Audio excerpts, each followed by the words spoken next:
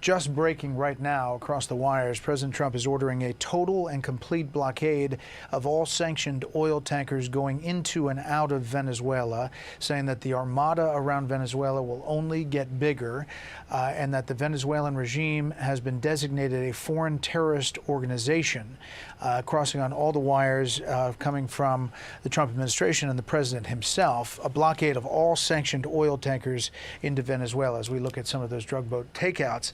That's a significant move around the country of Venezuela.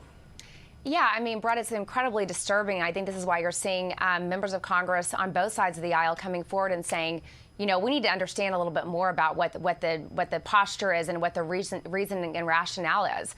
It's one of the reasons why we have, you know, checks and balances in this country, and why the legislative branch is so involved when there is a decision to go to you know, potentially invade or, you know, even potentially go to war with another country. So lots of questions here.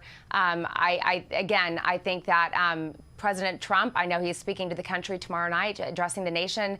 I think it's very important that he be transparent with the American people as to why he's doing this. And, you know, I think a lot of people are asking questions. Are we going to actually go into war with Venezuela? More questions here than we have answers.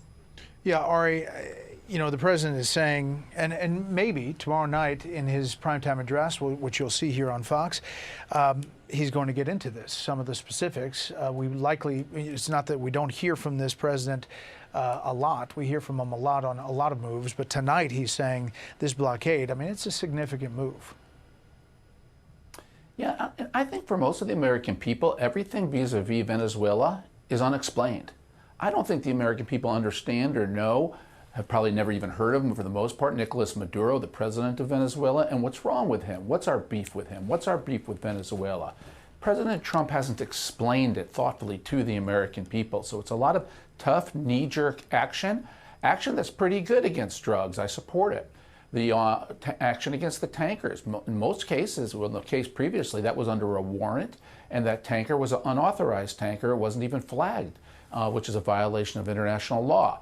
So he has good reasons, but he's not explaining them. And I think if he wants the support of the American people for another foreign venture, he needs to explain it. Yeah, Meredith, I mean, right now they're forecasting that tomorrow's primetime speech is going to be kind of the hits up until this point, but I assume it'll be some of this as well.